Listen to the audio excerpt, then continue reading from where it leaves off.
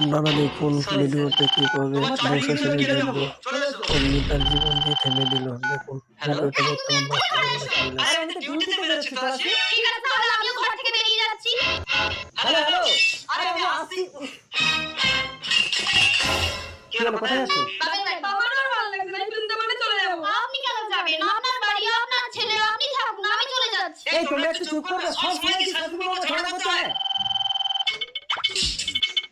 হ্যাঁ স্যার বলুন। তোমাকে রাস্তা আমরা তোমার চাকরিটা আর নেই।